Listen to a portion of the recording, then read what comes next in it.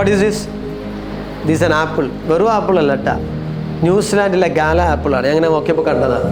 ഈ ആപ്പിൾ ഒരു പ്രത്യേകത ഉണ്ട്. എന്താ പ്രത്യേകത? ഒരു ബാസ്ക്കറ്റിൽ ഇതുപോലെ ഒരുപാട് ആപ്പിളുകൾ ഉണ്ടെന്ന് കരുതുക.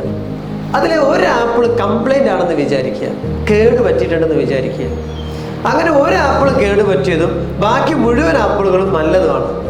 ഒരാഴ്ച ഈ ബോക്സിൽ ഈ ആപ്പിളുകൾക്ക് വെച്ച് കഴിഞ്ഞാൽ വാട്ട് ഹാപ്പൻഡ്?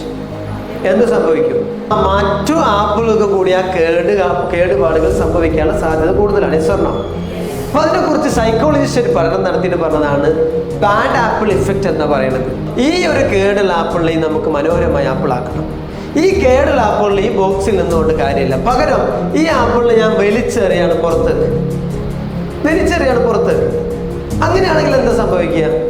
ഒന്നുകിൽ ആ ആപ്പിൾ മണ്ണായിട്ട് തീരും, അല്ലെങ്കിൽ ആ ആപ്പിളിലുള്ള ഒരു വിത്ത് ചെറിയ മുള വന്ന് തെയ്യായി ഒരു മനോഹരമായ ആപ്പിൾ മരമായി ഒരുപാട് ആപ്പിളുകളെ ഉൽപ്പാദിപ്പിക്കും. അപ്പോൾ ബോക്സിൽ വെക്കുന്നതിനേക്കാൾ നല്ലത് ആ ആപ്പിൾ പുറത്തേക്ക് വേറെ എവിടെയും പോകുന്നതായിരിക്കും. ആ സാഹചര്യത്തിൽ ആപ്പിൾ ചിലപ്പോൾ ഒരു മരമായി മാറാൻ സാധ്യതയുണ്ട്. സോ ഞാൻ നിങ്ങളോട് പറയണത് ബാഡ് ആപ്പിൾ ഇഫക്റ്റും ബൈസ്റ്റാൻഡർ ഇഫക്റ്റും രണ്ടും മാറ്റി വെച്ചുകൊണ്ടായിരിക്കും നമ്മൾ നമ്മുടെ ലൈഫ് സ്റ്റാർട്ട് ചെയ്യുന്നത്.